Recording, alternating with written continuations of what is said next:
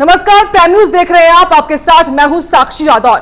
BJP उपाध्यक्ष A K. Sharma का बड़ा बयान सामने आया है। सीएम योगी के नेतृत्व में जीतेंगे 2022 की जंग, ये कहा गया है ए.के. शर्मा द्वारा। साथ ही उन्होंने ये भी कहा है कि 2017 के मुकाबले इस बार अधिक सीटें मिलेंगी, यूपी सीएम योगी की अगुवाई में अधिक सीटें आएंगी। ये बड़ा बयान बीजेपी के प्रदेश उपाध्यक्ष ए.के. शर्मा का सामने आया है, जहां पर उन्होंने ये कहा है कि सीएम योगी की लीडरशिप में ही हम चुनाव जीतेंगे। तो बड़ा बयान क्या कुछ कहा गया है वो आपको बता रहे हैं, जहां पर बीजेपी उपाध्यक्ष ए.के. शर्मा का बड़ा बयान सामने आया है, जहां सीएम योगी की लीडरशिप में जीतेंगे 2022 की जंग, ये कहा गया है ए.के. शर्मा द्वारा। तो उत्तर प्रदेश में चुनावी हलचल शुरू हो गई है, जहां भारतीय जनता पार्टी की ओर से भी अब कमर कसी जा रही है। उत्तर प्रदेश में भाजपा के नए उपाध्यक्ष और पूर्व अफसर ए.के. शर्मा भी अब चुनावों की तैयारी में जुट चुके हैं, जहां उन्होंने ये कहा है कि 2017 के मुकाबले इस बार अधिक सीटें मिलेंगी, यूपी सीएम योगी की अगुवाई में अधिक सीटें मिलेंगी। प्रदेश उपाध्यक्ष बनाने पर प्रदेश अध्यक्ष को उन्होंने धन्यवाद भी कहा है। तो ए.के. शर्मा का कहना है कि यूपी के लोग पीएम नरेंद्र मोदी को अभी भी उतना ही चाहते हैं जितना 2014 में चाहते थे, और ऐसे में चुनाव जीतने के लिए उनका नाम ही काफी है। लेकिन इसी के साथ उन्होंने मुख्यमंत्री योगी को लेकर भी बातें कही है। कहा कि 2017 के बाद जो है अधिक सीटें इस बार 2022 में पार्टी को मिलेंगी।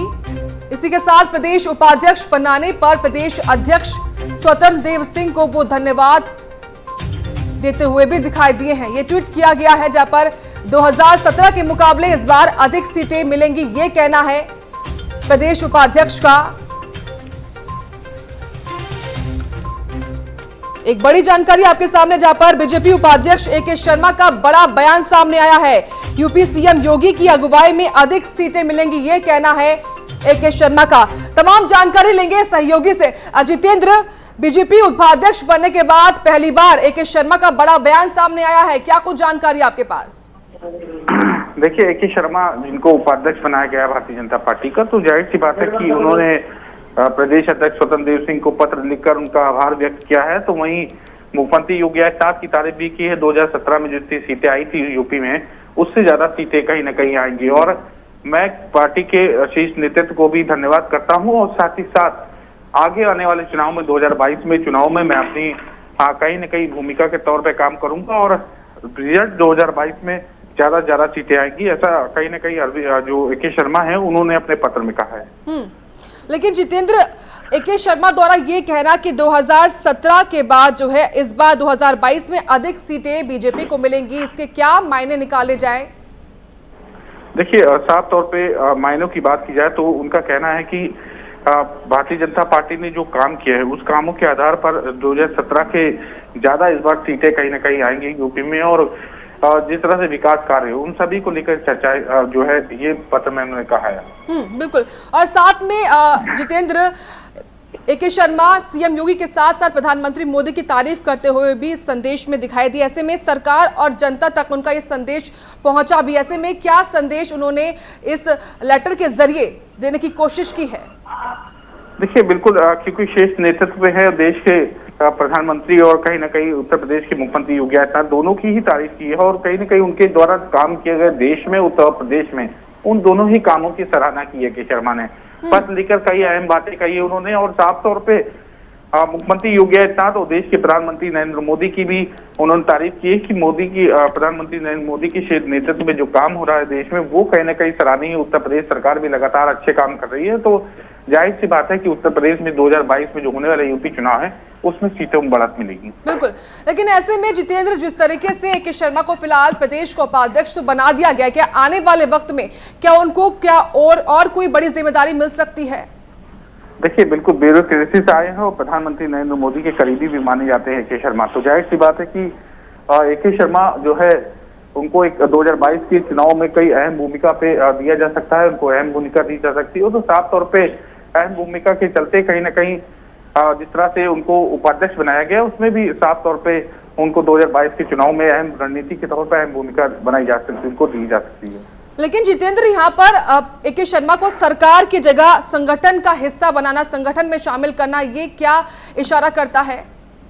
देखिए साक्षी, एक चीज आप समझ ले, क्योंकि ये कहा जा रहा था कि उत्तर प्रदेश में डिप्टी सीएम बनाया जाएगा अगर मंत्रिमंडल विस्तार होता है AK शर्मा को। साफ तौर पे 8 महीने का कार्यकाल बचा है और 8 महीने के कार्यकाल में AK शर्मा को नहीं देना चाहते थे वो, और लंबी पारी खेलने के लिए AK शर्मा को भेजा जाएगा। तो लंबी पारी उपाध्यक्ष बनाने के तौर पे लंबी पारी खेल सकते हैं AK शर्मा, उसी के चलते ये कहीं ना कहीं उनको इस पद पे रखा गया है। बिल्कुल। जिस तरीके से जितेंद्र प्रदेश उपाध्यक्ष बनने के बाद प्रदेश अध्यक्ष का उन्होंने धन्यवाद किया है, क्या प्रदेश अध्यक्ष द्वारा भी कोई बात कही गई है, कोई प्रतिक्रिया सामने आई है? देखिए अभी फिलहाल बैठकों का दौर चल रहा है और बैठकों के दौर के बीच में किसी प्रकार की कोई भी अभी बयानबाजी नहीं हो रही है और कोई भी बयान देने से कुछ भी अभी फिलहाल बच रहा है। और कहीं ना कहीं रियल संतोष लखनऊ में है और लखनऊ के चलते इस समय सभी जो कहा सकता है संगठन के और प्रदेश के जो भी पदाधिकारी हैं सब बैठकों में व्यस्त हैं। बहुत बहुत शुक्रिया आपका तमाम जानकारी हमको देने के लिए जितेंद्र। तो ये बड़ा बयान बीजेपी प्रदेश उपाध्यक्ष बनने के बाद AK शर्मा का आया है, जहां पर उन्होंने ये कहा है कि सीएम योगी के नेतृत्व में ही जीतेंगे 2022 का चुनाव, 2022 की जंग, ये कहा गया है। और साथ ही उन्होंने ये भी कहा है कि 2017 के मुकाबले इस बार अधिक सीटें मिलेंगी बीजेपी को, तो यूपी सीएम योगी की अगुवाई में आएंगी अधिक सीटें, ये कहा गया है प्रदेश उपाध्यक्ष AK शर्मा द्वारा, जहां उन्होंने स्वतंत्र देव सिंह को धन्यवाद पत्र लिखते हुए प्रधानमंत्री मोदी की तारीफ की है और साथ में सीएम योगी के बारे में भी वो कहते हुए इस पत्र में दिखाई दिए हैं। उन्होंने कहा है कि AK शर्मा ने कि वो अपनी ओर से पूरी मेहनत करेंगे। मुझे यकीन है कि आपकी और सीएम योगी की अगुवाई में बीजेपी को पिछले विधानसभा चुनाव से भी अधिक सीटें मिलेंगी। अपने लेटर में AK शर्मा ने प्रदेश बीजेपी का शुक्रिया भी अदा किया है। तो बीजेपी प्रदेश उपाध्यक्ष बनने के बाद AK शर्मा ने पहली बार अपनी बात रखी है, जहां पर उन्होंने प्रदेश अध्यक्ष स्वतंत्र देव सिंह को धन्यवाद पत्र लिखते हुए ये तमाम बातें कही हैं इसमें। तो लंबे वक्त से पीएम मोदी के करीबी अफसरों में से एक थे AK शर्मा। हाल ही में उन्होंने बीजेपी भी ज्वाइन की थी, जिसके बाद वह MLC सबसे पहले बनाए गए और अब प्रदेश उपाध्यक्ष की जिम्मेदारी उनको दी गई है। आने वाले समय में यही कहा जा रहा है कि उनको और अधिक जिम्मेदारी मिल सकती है और बड़ी जिम्मेदारी AK शर्मा को मिल सकती है। फिलहाल ये बड़ा बयान क्या कुछ कहा है AK शर्मा ने वो आपको लगातार बता रहे हैं, जहां उन्होंने ये कहा है कि यूपी सीएम योगी की अगुवाई में अधिक सीटें आएंगी। तो लेटर की कॉपी भी आपके सामने है आपके टेलीविजन स्क्रीन पर। क्या कुछ कहा गया है बीजेपी प्रदेश उपाध्यक्ष AK शर्मा द्वारा। उत्तर प्रदेश में चुनावी हलचल शुरू हो चुकी है और देखिए एक लगातार तमाम पार्टियां चुनावी तैयारियों में जुटी हुई हैं और जहां पर फिलहाल ये बड़ा बयान बीजेपी उपाध्यक्ष बनने के बाद AK शर्मा का देखने को मिला है। तमाम बातचीत करेंगे। हमारे साथ बीजेपी प्रवक्ता गुलरेज शेख जी फोन लाइन पर जुड़ चुके हैं। गुलरेज जी बहुत बहुत स्वागत है आपका। जी धन्यवाद। गुलरेज जी, बीजेपी उपाध्यक्ष बनने के बाद AK शर्मा का बड़ा बयान सामने आया है। उन्होंने ये कहा है कि यूपी सीएम योगी की अगुवाई में अधिक सीटें आएंगी 2017 के मुकाबले, क्या प्रतिक्रिया है इस पर आपकी? नहीं, हम तो शुरू से ये कह रहे हैं कि मोदी जी का विजन और योगी जी का नेतृत्व, ये दोनों चीजें जो हैं ये तो डबल बैरल्ड बंदूका की तरह है ऑपोजिशन के लिए। और डेफिनेटली जब 2017 में हमको जनादेश मिला था उस समय केवल हमारा विचार था, इस बार विचार प्लस कर्तव्य है। तो मुझे लगता है कि बहुत अच्छा बूस्ट है दोनों का जो नेतृत्व है। यह निर्णायक जीत होगी, ऐतिहासिक जीत होगी और शानदार जीत लेकर आएगी। ठीक है गुलरेज जी, ये हम सभी जानते हैं कि AK शर्मा पीएम मोदी की करीबी ज्यादा माने जाते हैं, ऐसे में उनको सरकार की जगह संगठन में शामिल करना क्या मायने इसके आप समझते हैं? नहीं, सरकार और संगठन जो है दोनों महत्वपूर्ण होते हैं। सरकार भी महत्वपूर्ण होता है और संगठन को भारतीय जनता पार्टी कितना इम्पोर्टेंस देती है ये आप हमसे पूछिए। हमारी दृष्टि में संगठन जो होता है वो बहुत विशाल होता है, बहुत बड़ा होता है और जब भी कभी संगठन का प्रोग्राम होता है तो संगठन ऊपर बैठता है और सत्ता मंच के नीचे बैठती है और वाइस वर्सा। जब सत्ता का होता है तो संगठन सामने बैठता है, सत्ता ऊपर बैठती है। तो दोनों को हम पैरेलल मानते हैं, दोनों को साथ मिलकर ही जो है वह देश की प्रगति कर सकते हैं, प्रदेश की प्रगति कर सकते हैं। तो आपके दृष्टि में कुछ भी हो, हमारे दृष्टि में संगठन बहुत महत्वपूर्ण है। बिल्कुल ठीक है। गुलरेज जी, आप बने रहिए हमारे साथ। हमारे साथ सपा प्रवक्ता कपिल श्रीवास्तव जी फोन लाइन पर जुड़ चुके हैं। कपिल जी, बहुत बहुत स्वागत है आपका प्राइम न्यूज पर। जी धन्यवाद साक्षी। कपिल जी, बीजेपी उपाध्यक्ष बनने के बाद ए.के. शर्मा का बड़ा बयान सामने आया है। उन्होंने ये कहा है कि यूपी सीएम योगी की अगुवाई में 2017 के मुकाबले अधिक सीटें बीजेपी के पास आएंगी, क्या कहिएगा? देखिए, पहली चीज तो ये है कि ए.के. शर्मा जी को राजनीति में अभी कोई अनुभव तो प्राप्त नहीं है। वो तो प्रशासनिक अधिकारी रहे हैं। तो एक राजनेता के रूप में उनके बयान को लिया भी नहीं जा सकता उत्तर प्रदेश के लिए, क्योंकि अभी वो तो नए नए आए हैं, नए नए पहल में देख रहे हैं, वो अपने सपने सजा रहे हैं। लेकिन हकीकत तो यही है ना कि जो 4 साल में विनाश लीला खेली है योगी सरकार ने, उसका अंजाम कौन भुगतेगा? भाई, जिस तरीके से कोविड मैनेजमेंट के अंदर आपने चीजें देखी कि लोगों को ऑक्सीजन नहीं मिला, दवाइयां नहीं मिली, 100 की लाइन लगी, लकड़ियां नहीं मिली, लोगों ने अपने परिजनों को नदी में बहाया, कुत्ते नोच कर खाए हिंदुओं की लाशों को, तो क्या कोई भूल जाएगा? तो सबसे पहली चीज तो यही है कि इनके जो नकारापन रही है उस पर तो जनता इन्हें खोज रही है।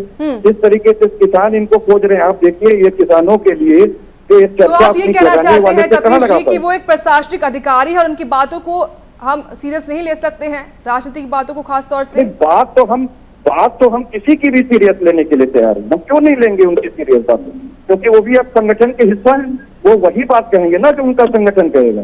हम लोग किसी को कमजोर नहीं लेते हैं, लेकिन जो वास्तविक स्थिति इस समय उत्तर प्रदेश की है उसको आप दरकिनार नहीं कर सकते हैं। और वास्तविक स्थिति यही है कि इस समय योगी सरकार ने पूरे प्रदेश का पतन कर दिया है। लॉ एंड ऑर्डर का फेल्योर जिस तरीके से आपके सामने मुसलसल तरीके से हुआ, आपने खुद देखा कि जेल के अंदर लोग सुरक्षित नहीं है, मार दिए जा रहे हैं, गैंगवार हो जा रहा है। और इस तरीके से दलित लड़की हुई, जो हिंदू लड़की के साथ इन लोगों ने 2:30 बजे रात में उसका चिता जला दिया पेट्रोल डाल करके। आप सोचिए कि किस तरह की सरकार चल रही है। तो ये खाए खाए की सरकार है, कब किसके ऊपर क्या चलाएगी ये तो इसको खुद ही नहीं पता है। ठीक है, गुलरेज जी क्या कहेंगे आप कपिल जी की बातों पर? देखिए, कपिल जी मेरे अच्छे मित्र हैं, लेकिन हम प्रकार की बात करते हैं, नकारात्मक बात करते हैं और दूसरों को कम आंकने की कोशिश करते हैं। और इसी प्रकार से आप याद कीजिए कि ये तो चाय वाला है, एक सहयोगी ने कहा था, उसके बाद क्या हुआ, किसी ने कहा था कि नीच आदमी है, उसके बाद क्या हुआ। तो हम लोगों के विषय में ऐसी चर्चाएं हमेशा राजनीतिक दल करते हैं। हम भारतीय राजनीति के एक ऐसे अंडरडॉग हैं जिसको हमेशा किक किया जाता है, लेकिन जिसको किक किया जाता है जनता उसी को प्यार करती है। ठीक है कपिल जी, आपने सुना होगा गुलरेज जी ने क्या कुछ कहा। ऐसे में आप देख भी रहे होंगे कि दिल्ली से लेकर लखनऊ तक लगातार मीटिंग्स हो रही हैं।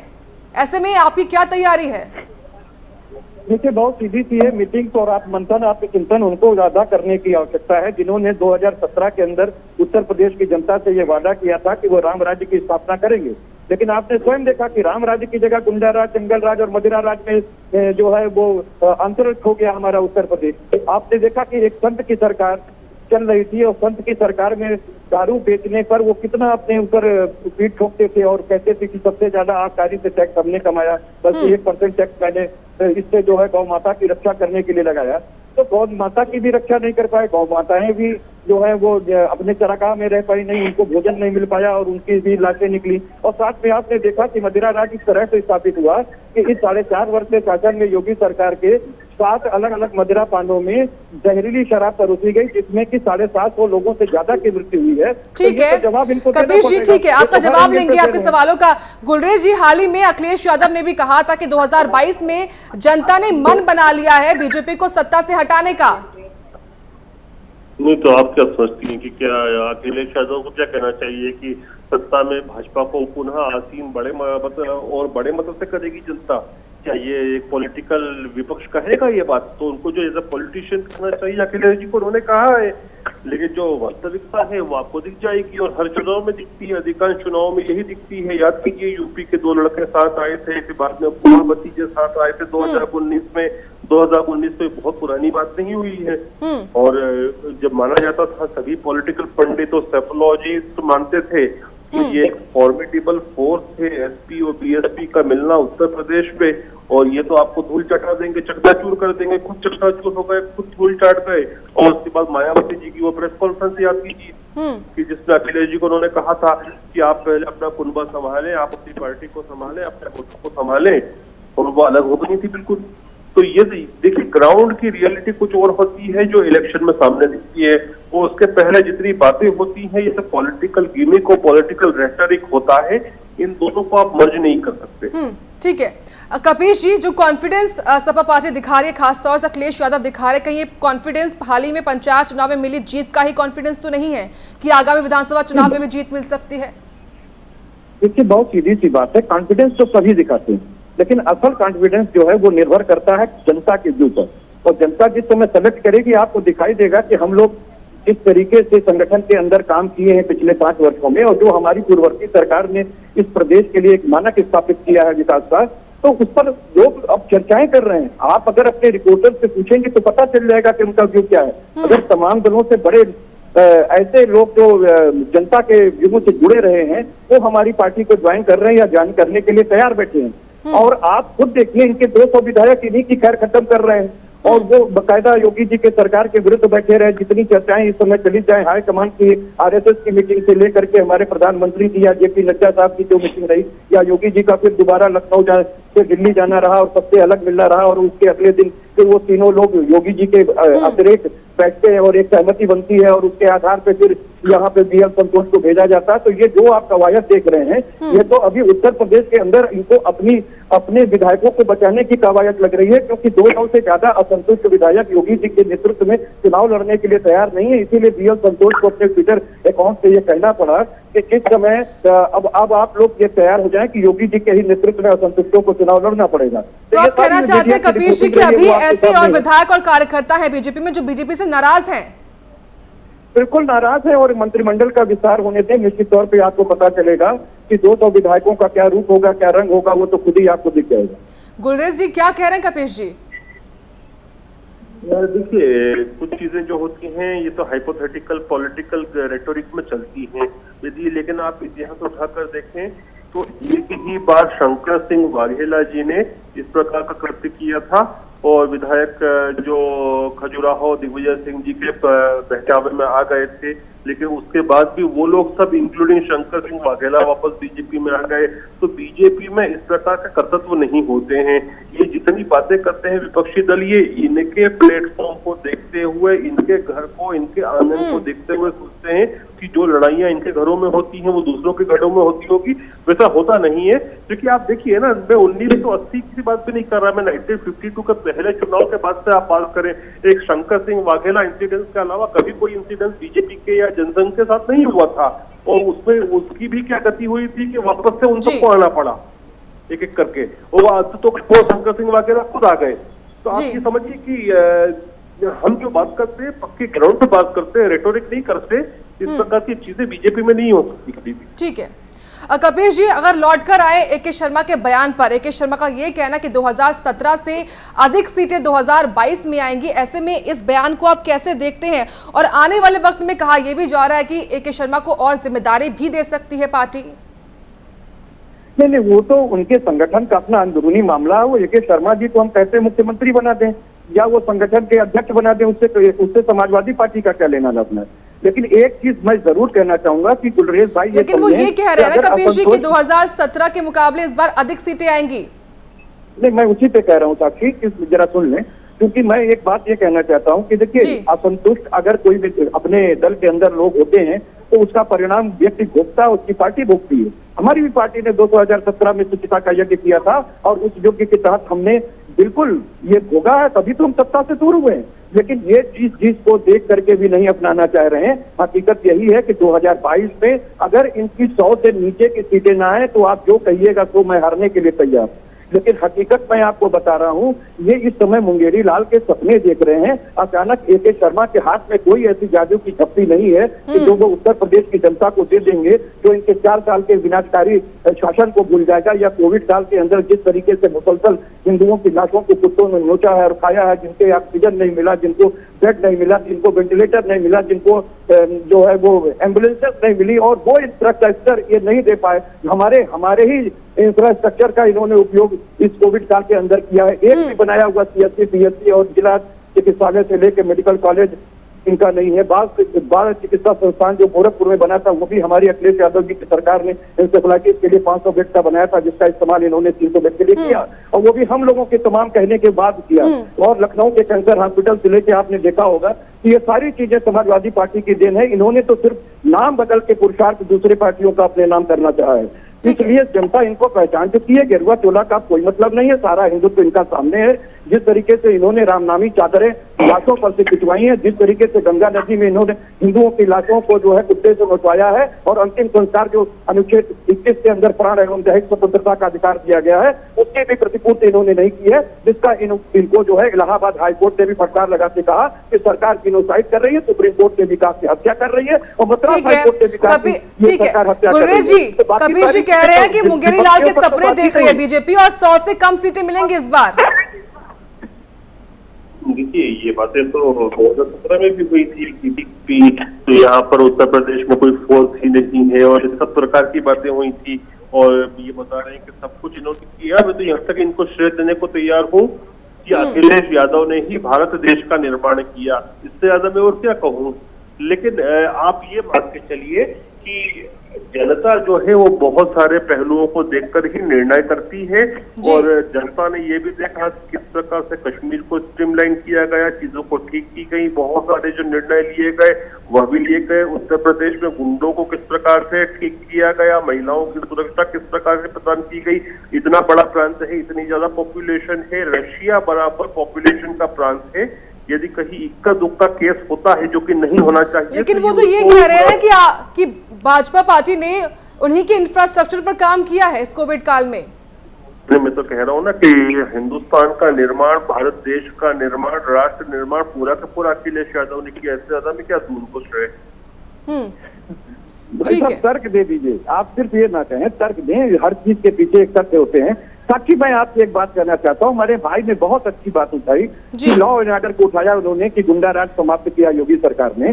तो हम NCRB के आंकड़े आपको बताना चाहते हैं कि इस समय 7.50% जो है वो हीनियस क्राइम के जो क्राइम्स हैं वो बढ़ गए हैं, जिसमें महिलाओं के प्रति और बच्चों के प्रति होने वाले जो अपराध हैं, जिसमें गंभीरतम बलात्कार और पास्को जैसे एक्ट लगते हैं, वो इनकी सरकार में तमगा लेने का काम किया, गोल्ड मेडल लिया है। भारत में उत्तर प्रदेश महिलाओं के विरुद्ध और बच्चों के प्रति अपराध में नंबर 1 पे है। और दूसरी चीज मैं आपको कहना चाहूंगा कि जो आर्थिक अपराध रोकने का ये वादा करके आए थे गंगा जल हाथ में उठा करके, आप बताइए 25% आपराधिक जो आर्थिक अपराध है वो बढ़ गए, 35% जो है वो ये क्या होते हैं साइबर क्राइम बढ़ गया। तो साइबर क्राइम बढ़ गया, इसके वजह से आपको सोचना पड़ेगा कि आखिर हर तरफ ये अपराध में अभिवृद्धि हो रही है, और ये पीठ ठोक रहे कि इन्होंने गुंडा राज ठीक कर दिया।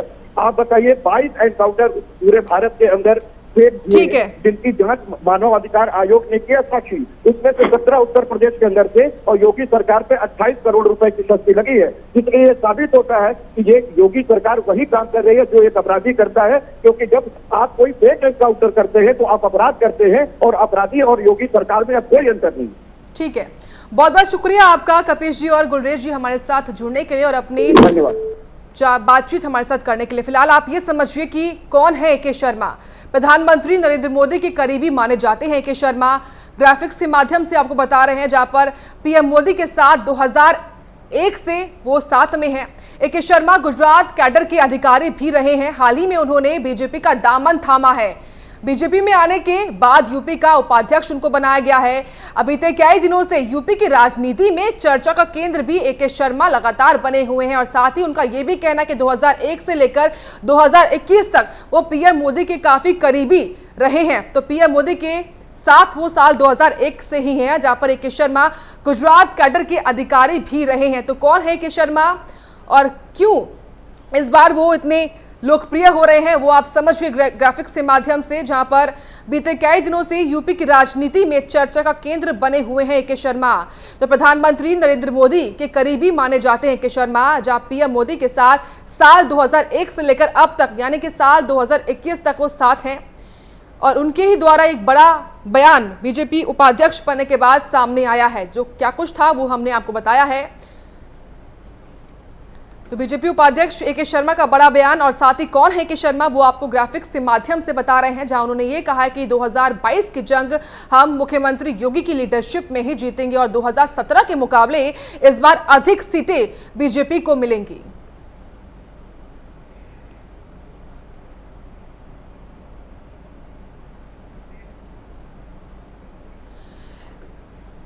बातचीत करने के लिए हमारे साथ कांग्रेस प्रवक्ता अंशु अवस्थी जी फोन लाइन पर जुड़ चुके हैं। अंशु जी, बहुत बहुत स्वागत है आपका प्राइम न्यूज पर।